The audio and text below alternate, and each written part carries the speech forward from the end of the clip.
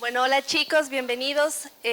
Vamos a hablar justamente de lo que ha sido la crisis energética que está afrontando el país, también una crisis de seguridad. Y yo justamente quisiera iniciar con una pregunta a Juan Carlos, que como decía Tania, es quien tiene más experiencia. Desde la pandemia venimos con una crisis sanitaria, crisis energética, crisis de seguridad. ¿Ha habido esto antes, que el país tenga que afrontar tantas crisis consecutivas, o es un momento histórico el que estamos viviendo? Gracias. Primero, buenas tardes a quienes han organizado el hiperdebate y la invitación. Claro, y yo voy a hablar desde mi experiencia, que es larga. Llevo 40 años cubriendo este país, casi que desde el retorno a la democracia. Yo entré a una redacción a los 18 años y nunca salí de ahí, 19 en realidad. Y claro, el tipo de periodismo que se hacía es distinto, evidentemente, en los formatos y en los apuros y todo lo que significa lo que hoy tenemos versus, yo vengo de la prensa escrita, ¿no? Entonces, y nosotros hacíamos coberturas de muchas crisis. Y yo creo que este es el país que tiene muchísimas crisis en general. En estas 4 décadas hemos tenido crisis políticas, hemos tenido crisis la crisis bancaria, por ejemplo, del 99, 2000, que generó el éxodo más importante de la historia del Ecuador antes que el actual, porque la actual ya ha superado en número básicamente a esa crisis migratoria. La crisis de la Josefina, por ejemplo, que fue un taponamiento de un río en Azuay que generó una inundación terrible, ¿no? Hoy lo que vemos en Valencia es nada de lo que pasó en la Josefina. Con el perdón obviamente de las víctimas, y hemos tenido ese tipo de situaciones siempre. Es decir, la propia guerra del Cenepa, que fue una crisis muy compleja, ¿no es cierto? No, te hablo del 95, muchos de ustedes no nacían, entonces, y todo esto nos ayuda a entender que el país vive ciertos momentos cíclicos, ¿sí?, en los cuales, y a veces cabe incluso la pequeña esperanza que nos puede quedar a las generaciones mayores de que las cosas se van solucionando. Es decir, quedan heridas, quedan complejas situaciones. Y yo creo que la crisis social más dura que vivimos ha sido la crisis bancaria del 99, con el cierre de los bancos, la migración muy fuerte que se dio, básicamente el 2000-2005. Y luego la pandemia, ¿no?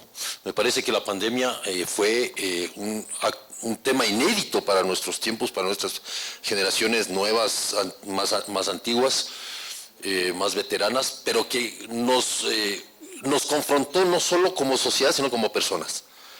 Y ese tipo de coberturas fueron muy complejas, es decir, porque en general donde tienes que remontar en este tipo de crisis, en las coberturas, es el miedo.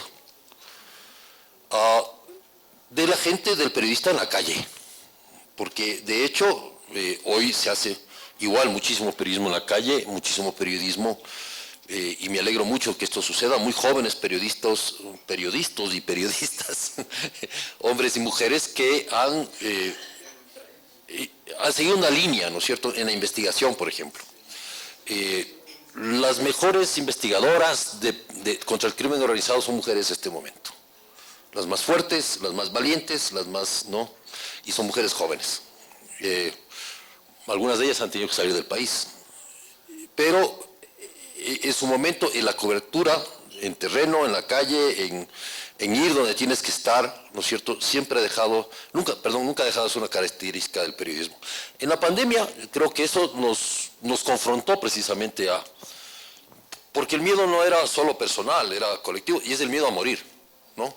Te enfermabas, gente que a tu alrededor, muchos tuvimos pérdidas, y encontrabas que efectivamente te puedes morir, y te vas a contagiar, y te vas a morir. Entonces, salir a la calle a cubrir, con escafandras en la práctica, con tu equipo, en este caso en televisión, tener que salir a todo eso, o con tu celular, primero que no sabías lo que estaba pasando, y segundo, perdón, mis disculpas, no sabías lo que estaba pasando, y segundo, que los miedos son colectivos. Es decir, tu familia, yo tengo una anécdota ahí porque al mes de que ya nos encerraron a todos, la ministra de Gobierno, María Paula Romo, me llamó y me dijo, te invito a tener una entrevista conmigo. Le dije, ¿en vivo? ¿Presente? Y dijo, sí, claro. ¿Y dónde es? ¿Y cómo así? Dice, y había invitado a varios porque quería dar como un foro para el primer mes del cierre, del encierro, de la cuarentena, y todo el mundo aterrado, y nadie quería salir. Y entonces me dijo, ¿sabes qué? Le digo, bueno, de una. Y entonces en mi casa estalló el problema y claro, y un poco dice uno, yo soy periodista, sí, y tengo que estar. De hecho, tengo que estar a preguntarle a la ministra lo que tengo que preguntarle. Una entrevista que se podía considerar de alto riesgo. Y claro, y solo Gonzalo Ruiz y yo habíamos aceptado. Y entonces éramos dos periodistas, yo aquí, el Gonzalo al fondo, ¿sí? La ministra allá, y por la magia de la televisión nos juntaban. No. Y todo el mundo limpiando y todos con escafandras. Y yo le dije, bueno, tengo una sola condición, que me venga a ver un astronauta y que me lleve un astronauta. Y efectivamente, nosotros vivimos en el Valle de los Chillos, fueron y nos llevaron a Radio Nacional, a la Televisión Nacional, y este astronauta me vino y me trajo, era la única condición, porque era ese temor de salir a enfrentar esta cuestión. Y este tipo de coberturas, evidentemente, nos pone en un dilema, y es entender que lo que hoy está pasando, creo que es la crisis de seguridad más grande y terrible que ha vivido el país, tanto que algunas ciudades del Ecuador son las más violentas del mundo en este momento, y hay gente que se la ha jugado y se la sigue jugando en cobertura de calle en sitios como Durán, por ejemplo, o en coberturas frente a presiones y amenazas. Deben ser incontables las amenazas que reciben los periodistas por teléfono, por llamados, va a decirte no te metas, no vayas por ahí porque te puede pasar, y la gente va y hace la cobertura. Y tenemos en los medios protocolos de seguridad, etcétera, y de todo, pero nada te libra de lo que te tenga que pasar en ese tipo de cobertura. Lo que pasa es que de alguna manera nuestra actividad nos protege, entre comillas, en el sentido de que a todos estos grupos, a todos estos violentos, tampoco les interesa generar un rechazo social respecto a periodistas, por ejemplo, ¿no? Y eso es una cosa que puede cambiar. Pero sí, es una crisis muy dura, la eléctrica también es compleja. Hemos tenido peores también, en la época de Sixto Durán Ballén, hubo apagones. Se implantó una hora que se llamó la hora Sixto, que nos ponía a los niños a madrugar. Pues nuestros guaguas eran chiquitas y claro, salían de noche y regresaban muy cansadas y era un problema. Y eso le bajó mucho la popularidad a Sixto Durán Ballén, ¿no? Pero se superó, digamos. El problema central es que evidentemente nos hemos acostumbrado a las crisis. O sea, ¿qué más nos puede pasar en nuestro país? No, uno cree que no puede pasar peores cosas, pero sucede. Sí puede. Sí, pero sucede. Entonces, uno tiene que estar preparado para ello. Gracias.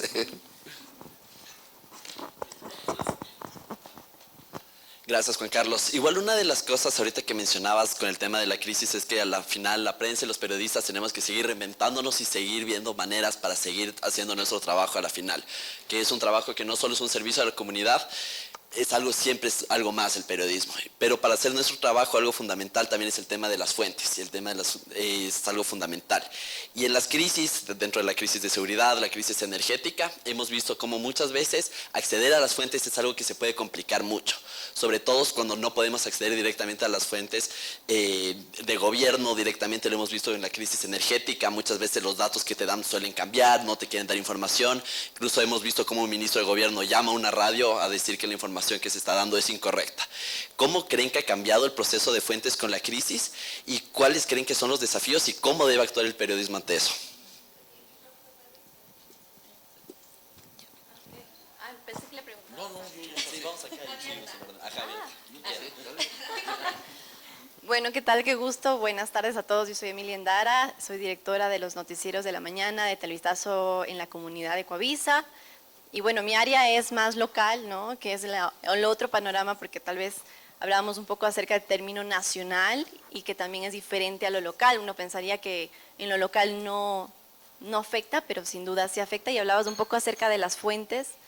Y te hablo un poco de lo mío que es local, enfocado en el que son gobiernos seccionales, municipios, ¿no?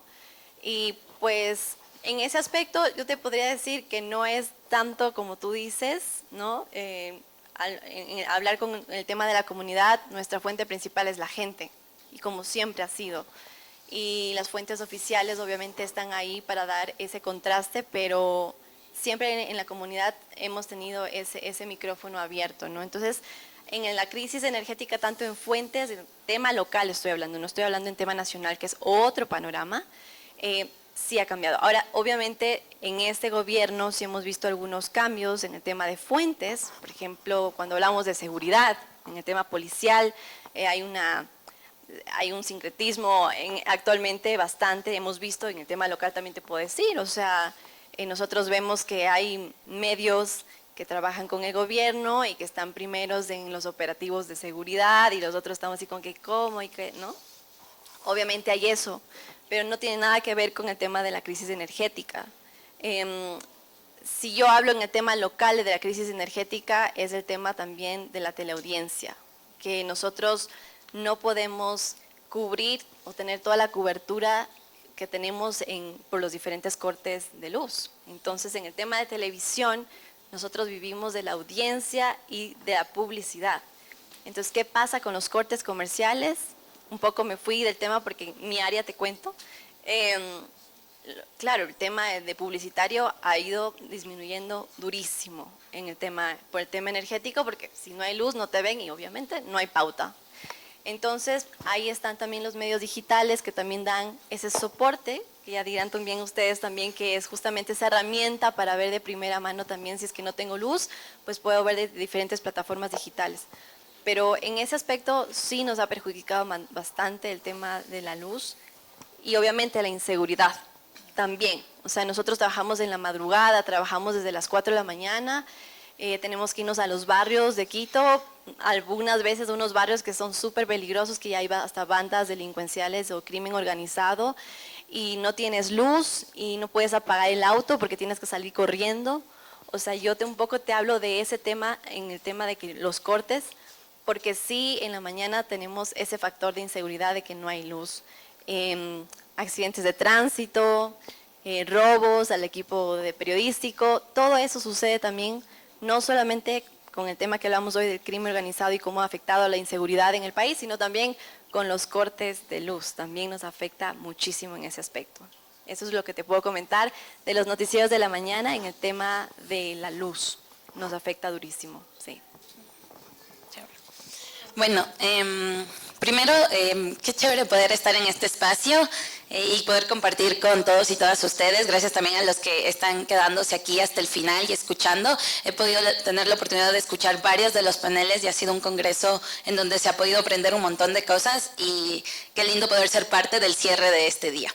Creo que entre las preguntas que hacía Emilio, lo de las fuentes, en nuestro caso, como un medio digital e independiente, llega siempre a tener como que una característica, y es que tenemos que cuestionar al poder. Entonces, claro, está bien, las fuentes oficiales son súper importantes y es la base. O sea, nosotros tenemos canales directos con los ministerios, pero hay muchas veces en que sí, el ministerio o no quiere darnos la información o a veces puede ser que es información sesgada.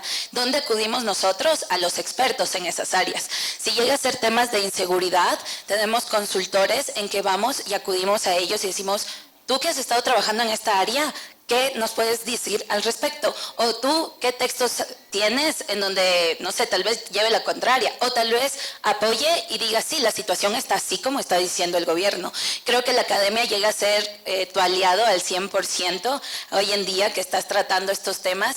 Y sobre todo en el caso de Tinta, desde nuestro lado, sí podemos llegar a tener ese tiempo para investigar. O sea, la investigación, porque nosotros no cubrimos como la coyuntura de ahorita el presidente dijo eso y tenemos que sacar el fact-checking a ver si el presidente es verdad o no, sino nos tomamos el tiempo y decimos, a ver, vamos a explicar si tal vez de la manera en que lo está comunicando el presidente y dice que los cortes van a terminar y de aquí en 2 semanas hasta diciembre ya no vamos a tener cortes, y empezamos a acudir a expertos. Y los expertos nos dicen, hay veces en donde también dentro del área de la redacción cada uno es experto en ciertos temas. Entonces, si es un tema de comunicación política, tú ya lo has ido trabajando también a lo largo de estos años.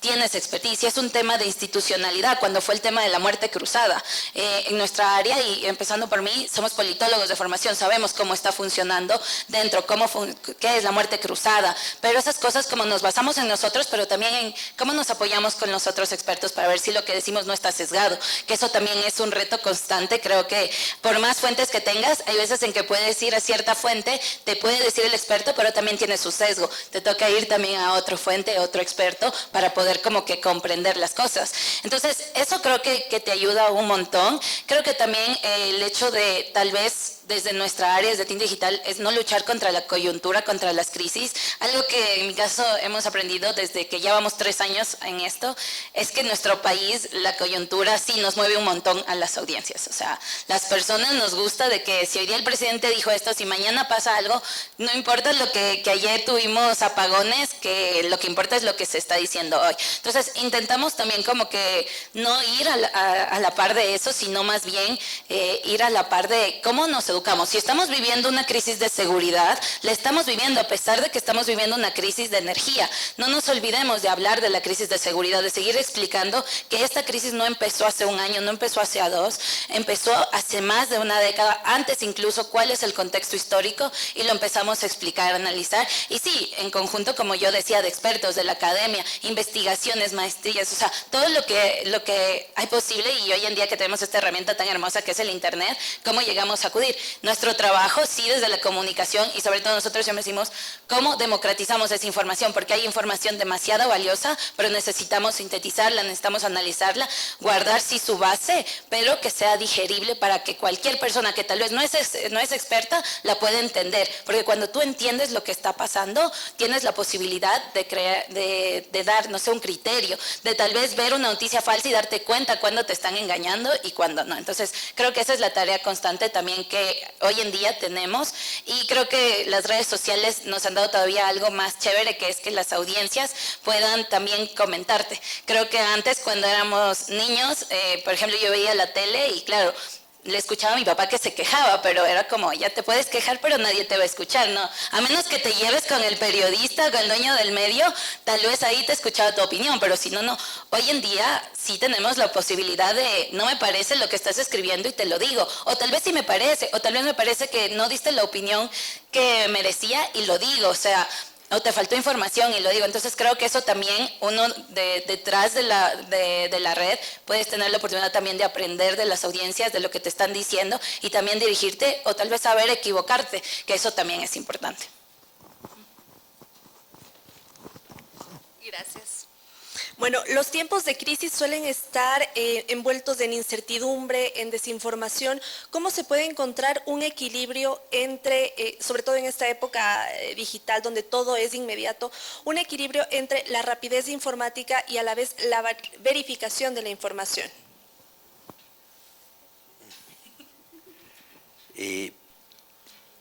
Yo creo que el foco, digamos, la estrella polar de nuestro trabajo tiene que ver con el público, con la gente. Uno trabaja es para la gente, como en alguna película sobre la historia del New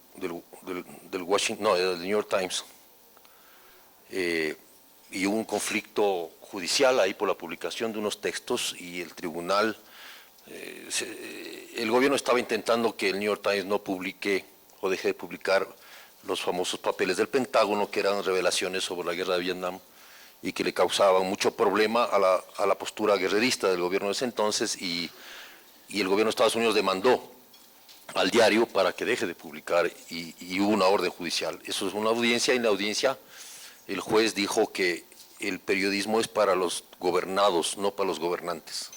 Sí, me quedó esa frase muy chévere, y es porque a veces perdemos el foco de quiénes son el objeto de nuestro trabajo. Y el objeto de nuestro trabajo es el público, siempre.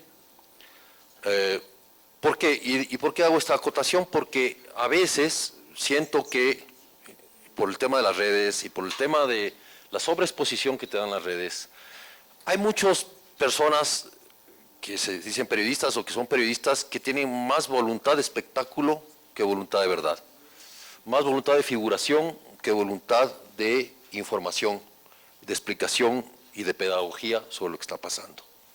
Y ese es el gran de los llamados influencers, influenciadores, como se les diga, que copan mucho la atención de muchos públicos, sobre todo juveniles, y que también grandes. Yo conozco, tengo tíos míos que siguen a gente muy joven en TikToks y todo, pero que de alguna manera te están cubriendo un vacío, ¿no es cierto?, de que la gente quiere a veces escuchar más opiniones que informaciones. Y entonces, claro, es como una gran mezcolanza que está sucediendo, y creo que el papel del periodismo ahora primero creo que hay que reconocer esa realidad, esa situación, sobre todo los que venimos de la máquina de escribir, ¿no? Y entonces, porque el triunfo de la imagen, ¿no es cierto?, sobre el texto, te quita mucho contexto. Me parece que hay un problema de acceso al conocimiento y a la realidad de los hechos que dificulta mucho la comprensión de lo que está pasando para mucha gente. Una pariente mía me decía hace 2 días nomás, ¿qué hijo de madres, por la expresión, presidente de Colombia que no nos quiere vender electricidad? Es una persona informada y todo, ¿sí? Y entonces yo decía, es que no es así. ¿De dónde sacaste eso? Es que eso dice el gobierno, ¿sí? Y tampoco esté esta persona a favor del gobierno, pero es que como la gente busca explicaciones a por qué está pasando esto, empieza a creer cualquier cosa. Y yo creo que hay una sobreabundancia de información, hay una avalancha de información, y la discriminación de esa información primero tiene que pasar por nosotros, en ese sentido. Sí, y yo la única forma que le veo es insistir en la investigación, insistir en la precisión y como decías tú, en la explicación. Creo que no solo a nosotros como comunicadores independientes, sino además desde el gobierno y desde los gobiernos seccionales, no hay una voluntad pedagógica sobre lo que está pasando. No sé si ustedes han visto, yo no he visto, salvo en cierta publicidad, mensajes sobre el tema del ahorro de la luz, en plena crisis. No he visto, ni desde los, muy poco en realidad, ni desde los medios, porque mi esposa me decía, ¿y por qué no lo hacen ustedes? Bueno, sí, es verdad, ¿no? O del agua, o del ahorro del agua. Este tipo de mensaje y de cómo la gente resuelve sus problemas sobre esto. Entonces, y me parece que es importantísimo tener esta vocación pedagógica hoy en día,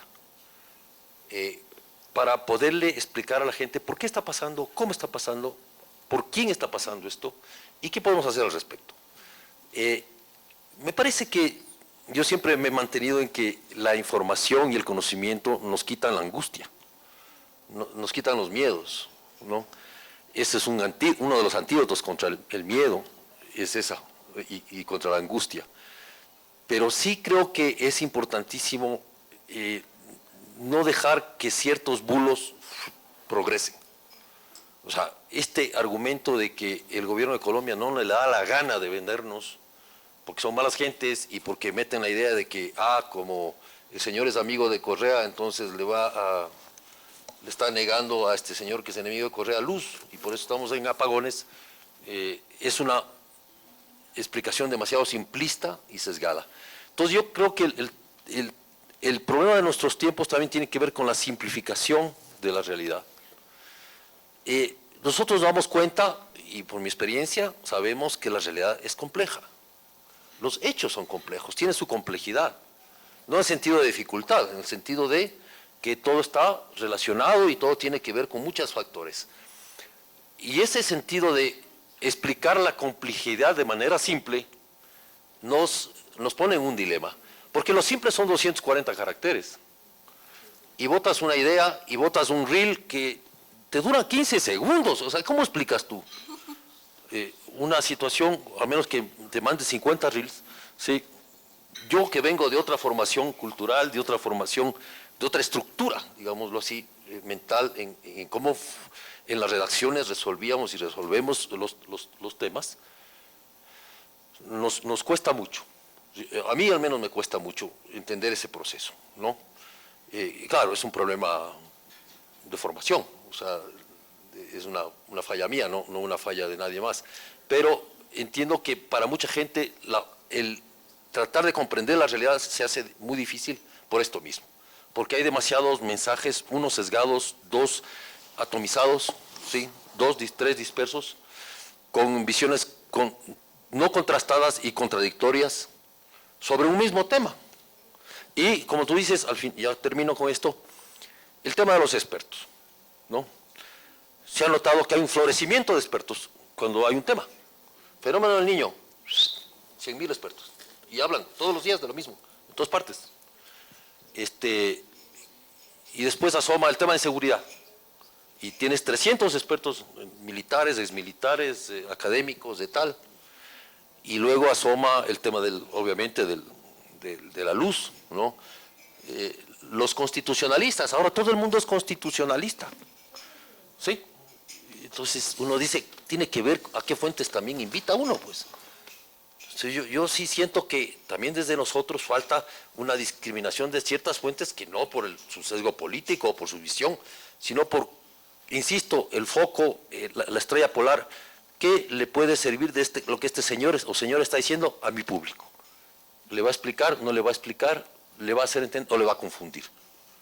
Y yo creo que lo que menos podemos hacer ahora es aportar como medios a la confusión general. Yo creo que solamente quería acotar lo que decía Juan Carlos acerca. Yo creo que la crisis siempre va a ser una oportunidad para las fake news, cualquier crisis que sea.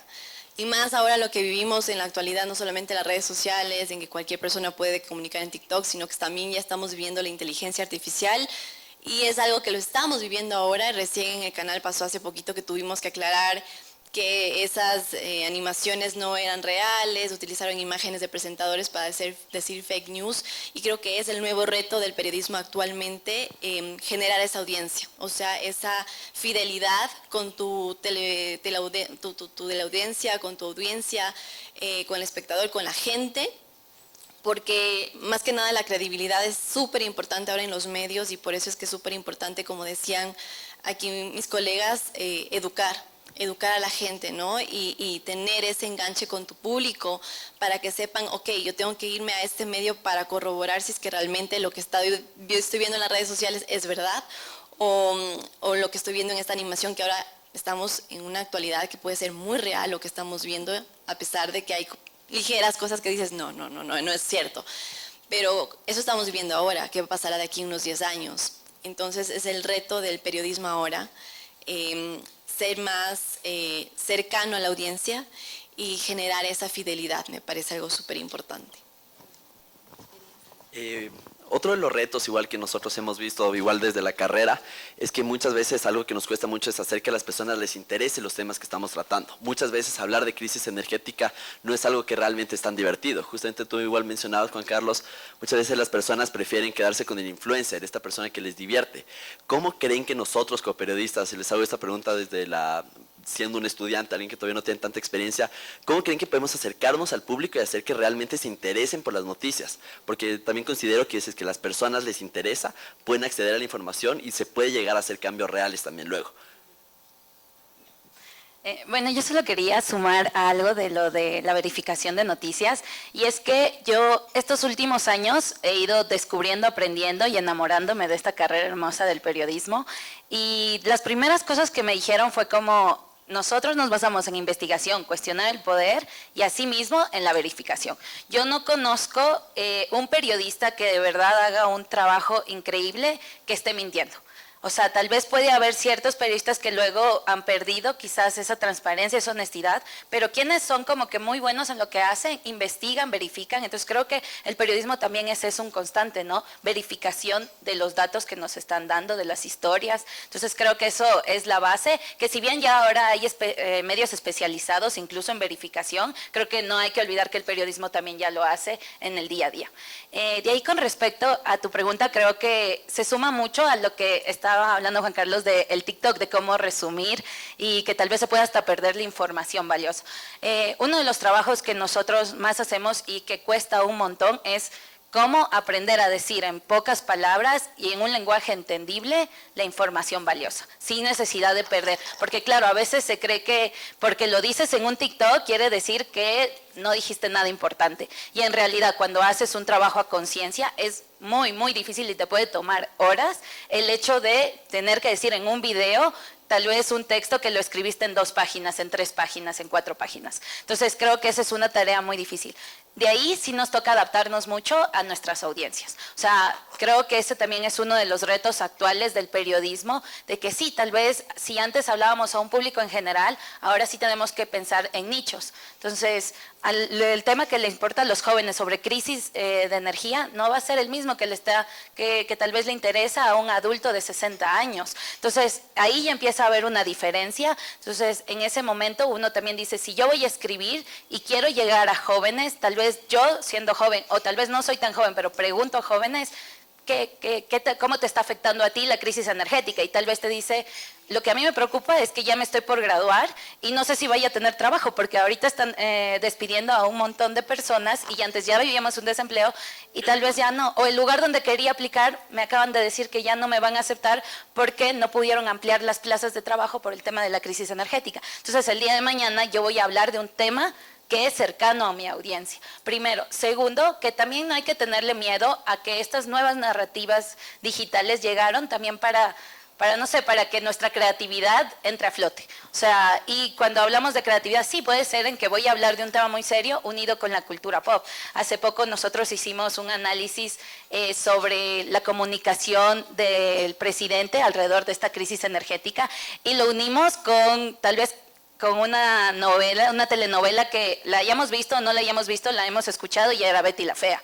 Entonces, claro, y lo uníamos con Armando Mendoza. Entonces, de repente era como que decíamos, Armando Mendoza mintió en ciertas maneras y decía tal, y lo comparábamos con el presidente. Entonces ya no era un texto tan difícil de entender y de repente llamaba la atención y no estábamos perdiendo como que esta investigación en base fuerte, sino que lo relacionamos con algo que la gente también lo puede asimilar y que también se vuelve más digerible, más explicativo, porque de alguna manera las redes sociales, aunque el día de hoy se están sirviendo para que busquemos información, para que investiguemos, para que aprendamos cosas, nacieron también para entretenernos. Yo no creo que muchos de nosotros, si tenemos un día cansado, cogemos el celular y decimos, ahorita me voy a poner a leer un texto súper difícil porque es lo mejor. No, es como, voy a ver TikTok un rato, a ver, me río, o sea, entonces sí, también la información a veces se adapta y guarda su forma, su investigación, o sea, creo que puede llegar a ser algo muy también pedagógico, educativo, pero adaptado a las nuevas audiencias. Y hoy en día el 90% de los jóvenes están consumiendo las noticias a través de las redes sociales. Como nosotros tal vez en lo difícil que es, intentamos también adaptarnos a esa manera y conservando sobre todo nuestra parte de investigación, que creo que ese es el reto. Y justo de esa forma también podemos empezar a luchar con personas que quizás son influencers, quizás no se han tomado el tiempo de investigar al 100%, pero que están teniendo una voz muy fuerte porque mueven las emociones de las personas, porque se preocuparon que su audiencia, no sé, no sabe qué hacer mientras no tiene energía. Entonces ellos les empiezan a contar chistes, oigan, les dejo ahí, o les dejo como un cuestionario, les doy un tip. Ellos se preocupan por sus audiencias, como nosotros desde los medios nos estamos preocupando por nuestras audiencias para darles lo que quieren y lo que necesitan y hacerlos parte. Algo que decía Juan Carlos me gustó, es como darles también soluciones. O sea, las personas también estamos cansadas de solo ver negatividad en las noticias. Queremos ser parte de las soluciones y cómo estamos incluyendo eso en nuestra información.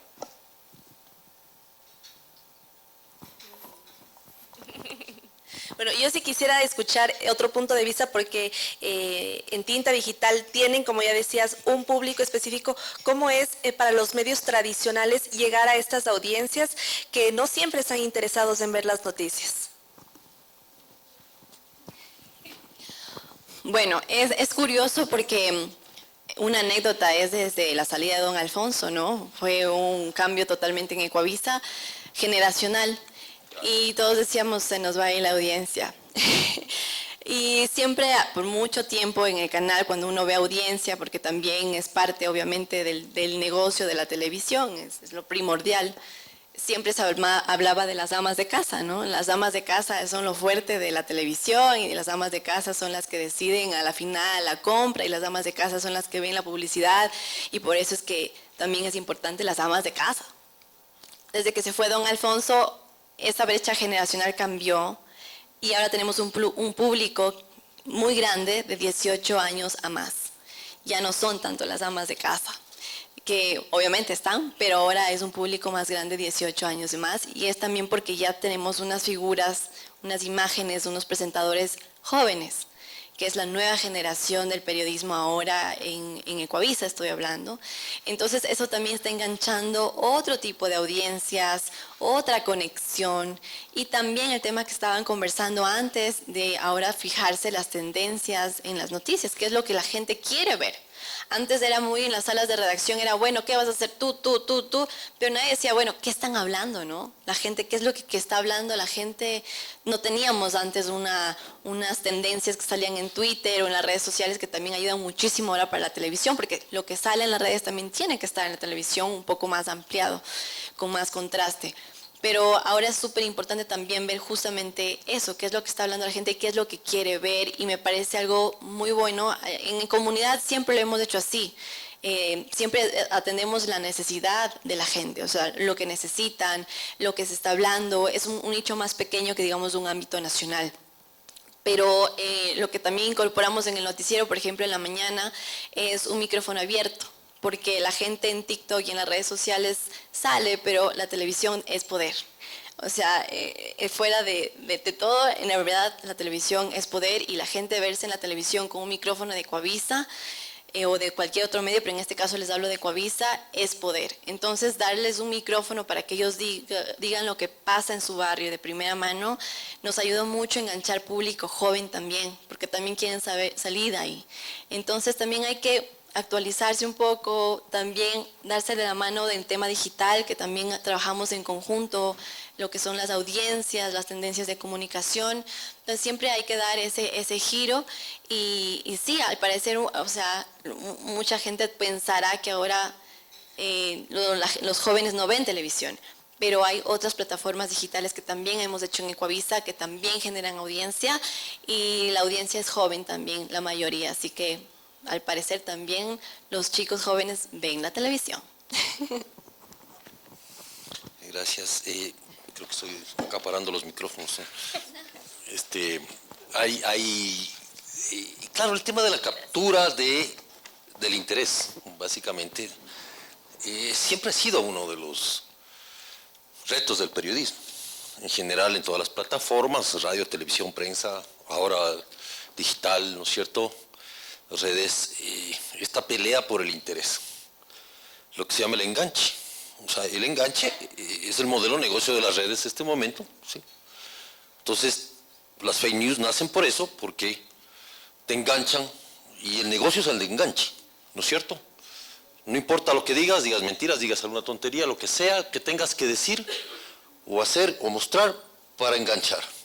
Y mientras ese modelo siga funcionando y siendo redituable, digamos, económicamente, claro, va a florecer más. O sea, entonces, claro, es una pelea cuesta arriba en ese sentido. Pero siempre ha sido un problema el encontrar el titular adecuado. La palabra precisa. Pues ahora tienes en redes el tema del SEO, y no es cierto, y tienes que poner esto y así, y te mandan un manual, y yo me tuve que desasnar evidentemente en un curso de Google para entender este tema del SEO, porque yo no entendía el tema del SEO. O sea, explícame por qué. Y ahora hicimos un rediseño recién de la página y entonces con Google y nos plantearon todos estos, cómo lograr los enganches. O sea, que estés, digamos, orgánicamente puedas estar captando la atención. Y yo creo que esto se va construyendo con el tiempo. Con el tiempo, el público te respeta. Con el tiempo, el público se da cuenta si eres un farsante, ¿sí?, o si eres un tipo serio. El periodismo es considerado por el público una actividad seria, respetable. Que haya algunos tipos ahí que lo conviertan en pasto de mafias es otra cosa. Pero el periodismo es un tema serio. Y el público y la gente te respeta y te considera y te dota de credibilidad porque te ve una persona seria. ¿Sí? Un medio serio. Con otros formatos, chévere, pero serio. Es decir, primero que no le estás manipulando la información. Segundo, que no le estás mintiendo. ¿Sí? Tercero, que no estás respondiendo a ningún otro interés, o un grupo de interés, o político, o social, o gubernamental, o de los curas, o de lo que sea, o de los milicos, de lo que sea. Que no estés siendo vocero de grupos de interés.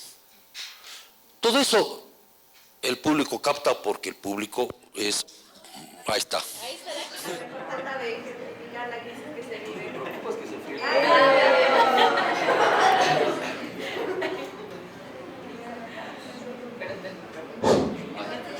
Bueno, no voy a decir cosas tan terribles para que no se vuelva a ir la luz. Pero decía eso. Decía, a ver, para mí siempre ha sido un tema central en mi vida periodística y en las redacciones que he estado, y es nosotros, el público nos otorga un grado de confianza. O sea, nuestro trabajo se basa, la credibilidad famosa es en la confianza que el público te da en lo que le estás mostrando y contando. Eso es todo. ¿Sí? Creo que es el corazón del tema. Si tú no tienes esa confianza, don Alfonsito, ¿no? Y qué bueno que hayan logrado mantener esa confianza, ¿sí?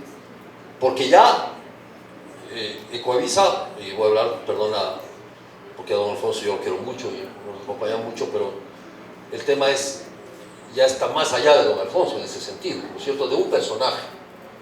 Y es normal, porque los anchors de noticias en muchos países del mundo, en los Estados Unidos, lo que sea, son gente de mucha trayectoria, que está ahí y que la gente dice, oye, hasta como alzas las cejas, como alzaba las cejas don Alfonso, ¿sí?, para decir una cosa, ya era una señal. A eso voy, ¿cierto?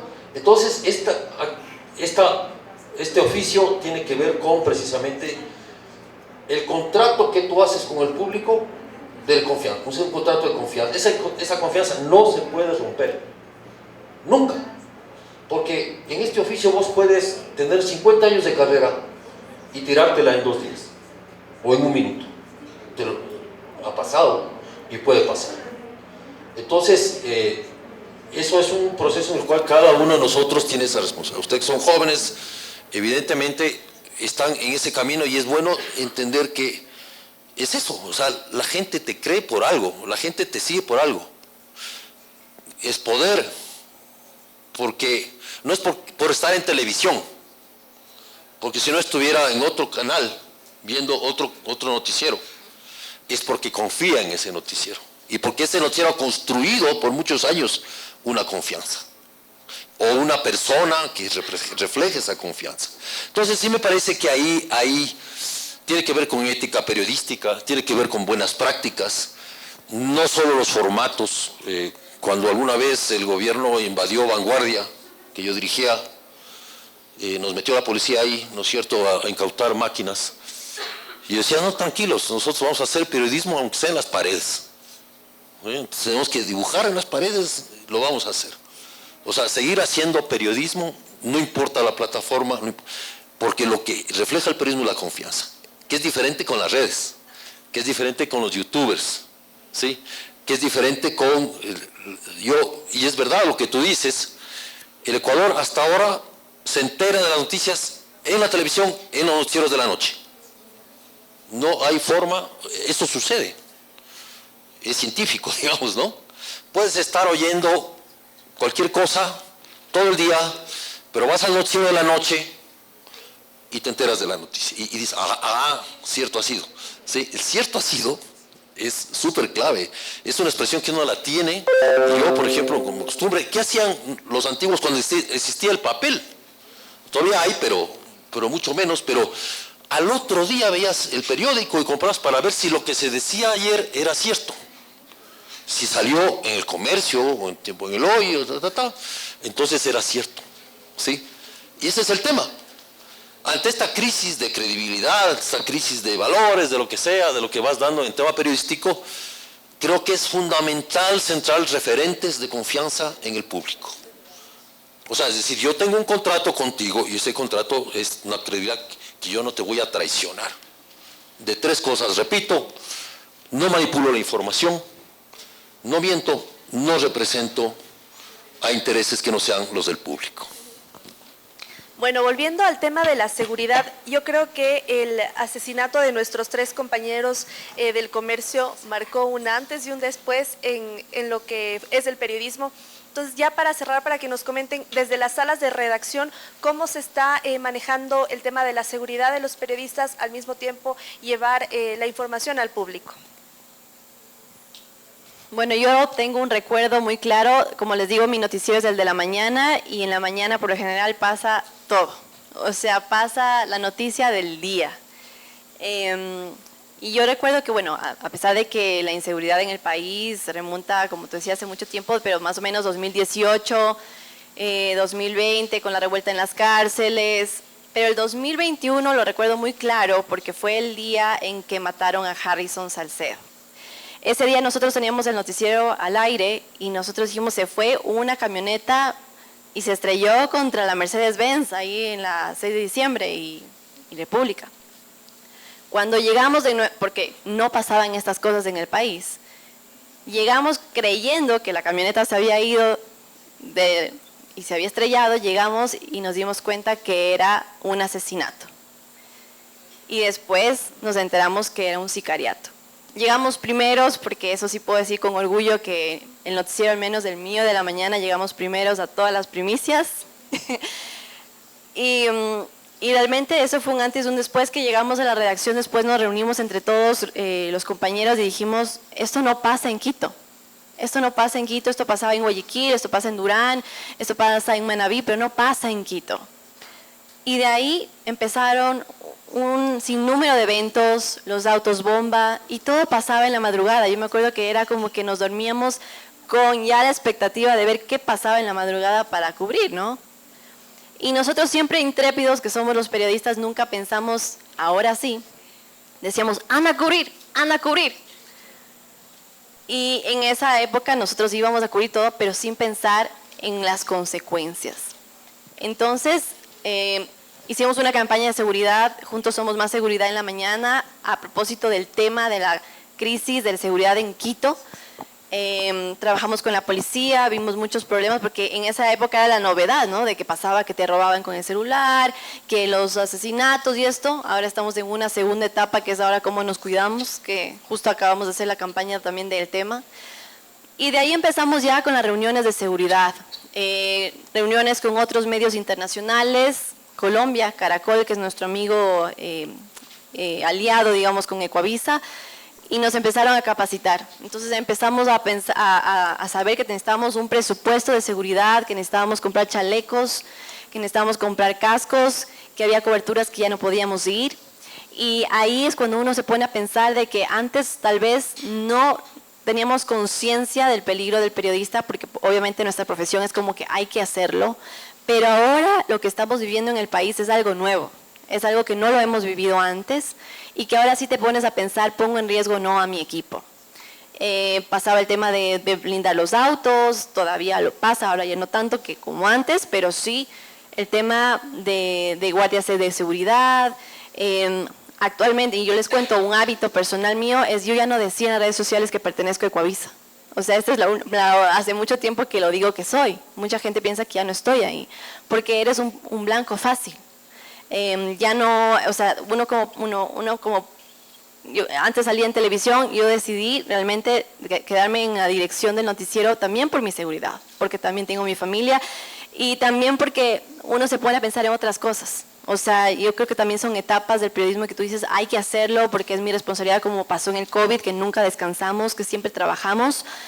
Hemos pasado muchas crisis, pero esta crisis les puedo decir que sí nos ha afectado como profesionales y también como seres humanos. Además venimos golpeados de una pandemia, el tema emocional es importante también.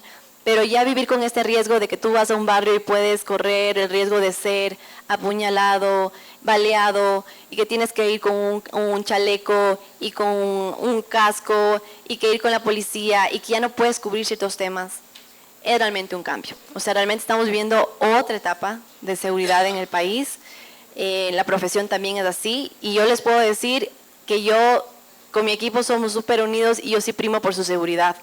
Hay barrios en Quito que son muy peligrosos y ustedes han visto en las noticias, Marta Bucaram, la Roldós, etcétera, y que cuando van a haber operativos en la madrugada me la pienso 2 veces y digo, ¿sabes qué? Podemos cubrir después de otra manera, no lo hagas. Y eso nunca ha pasado antes, y que no sé si mis colegas están de acuerdo o no, pero yo actualmente, y es lo que yo primo, y es también una digamos, doctrina ahora en Ecuavisa, que es primero la seguridad de todos. Y eso lo hemos hecho actualmente. Sí, yo también me sumo a las palabras de Emilia, porque creo que la parte de la seguridad llega a ser lo más importante. Nosotros tenemos como una anécdota que justo estábamos realizando un proyecto de democratización de la política en las elecciones y sucedió que estábamos en Manta. Nosotros nos encontrábamos en Manta, trabajamos hasta el día del sábado, el domingo dijimos como bueno, vamos a descansar, nos fuimos como que a una playa, no teníamos señal, regresamos de la playa, empieza a llegar la señal y apareció el tema de que lo habían asesinado a Agustín Entriago. Estábamos allá, entonces claro, era como un poco inevitable en ese momento decir como estamos aquí en Manta, ¿cómo no vamos a decir nada al respecto? Vamos a ir a averiguar, vamos a ver la sensación de las personas y todo. Y en ese momento yo ya había tenido antes algunas como conversaciones con algunos colegas, en este caso con Carol, que me había recomendado algunos tips de también como que ir en conjunto, o sea, nunca ir solos, nunca como que ir con un medio, y peor aún nosotros que somos un medio muy pequeño, que tiene apenas 3 años, es como, no, hay que protegerse, porque tal vez puedes decir incluso cosas que tú no sabías que pudiera haber sido peligroso. No tienes tampoco un respaldo, tal vez como que una comitiva de seguridad muy grande o cosas así. Entonces, decidimos como que salir, pero lo que hacemos siempre es como ir en conjunto, ir con otros medios, igualmente apoyar a colegas en ciertas investigaciones, pero hacerlas en conjunto también, como que siempre sale el logo. Igual nosotros de manera general en Tinta nunca casi ven como que los escritos dice escrito por y el nombre del periodista o de la persona que lo hace, sino es en general del medio, porque lo que queremos es que se cuide justo a la persona. Y creo que eso fue un consenso también grupal, porque se siente una sensación, tal vez tú no estás en peligro, pero escuchas, ves, escuchas a tus amigos, o sea, tú sabes que hay una sensación de terror. Y cuando nosotros sacamos la noticia, incluso la propia comunidad nos decía como, chicas, porfa, tengan cuidado. O sea, entonces, claro, que ya empieza a haber esa sensación y quieras o no, grupalmente tú, mientras estás con tu equipo, lo hablas y dices, no, o sea, no vamos a tratar. Y nuestra decisión también fue como, nosotros, como les decía antes, no vamos y decimos como, vamos a tratar este tema y nos vamos a ir a hacer una investigación súper fuerte. En ciertas perspectivas sí, en otras no. Y en el caso de seguridad fue esa decisión. Y fue la decisión más bien de también explicar cómo llegamos a esta crisis de seguridad, qué pasó antes, qué medidas tenemos, qué va a pasar después, o sea, más bien un contexto educativo antes que un contexto de in situ. Entonces eso también fue una decisión que nosotros hicimos y creo que de manera general solo quería sumar algo que Juan Carlos dijo y es el tema de la confianza. Aquí que están algunos jóvenes que nosotros empezamos con un medio independiente. Sí, el tema de la confianza es algo que tú vas construyendo con la información que das y recuerdo claramente cuando recién tuve un curso con uno de los editores de uno de los medios grandes de aquí del país y recuerdo que me molestó y me dijo cuando ya se acabó el curso como, oye, me ha sorprendido tu manera de investigar. Yo pensé que solo hacían dibujitos y claro, o sea, me decía así de broma y todo, pero era como, no, o sea, sí investigamos. Entonces, claro, tú te vas ganando, quieras o no, el respeto de las personas que te leen, porque van conociendo como poco a poco. Entonces, creo que es eso, no como que ir corriendo, ir poco a poco, ir ganándote la confianza y luego la confianza también no solo llega a tus lectores, sino también a personas que luego llegan a apoyar a tu proyecto para que tengas la oportunidad de seguir creciendo. Entonces, creo que aquí que tenemos una sala de jóvenes también que están por graduarse, que lo intenten, o sea, necesitamos más voces, igual jóvenes que lleguen a espacios y que también puedan ganarse esa confianza de la gente que les empieza a leer y a escuchar. Sí, muy rápidamente, Y yo creo que el periodismo es un oficio de riesgo. Hoy lo es más, pero siempre lo ha sido. Dos, creo que el tema del crimen organizado y la inseguridad acá, y cómo está actuando esto y cómo ha penetrado en la sociedad, donde en verdad, como periodista, casi que no tienes confianza en con quién estás hablando. Y si esta persona con la que estás hablando no te va a traicionar o no sirve a otros intereses. Entonces, ese tipo de cuidados hay que tener. Pero ante todo es un tiempo que no conocíamos. Como medios ecuatorianos, como periodistas, no conocíamos ese medio.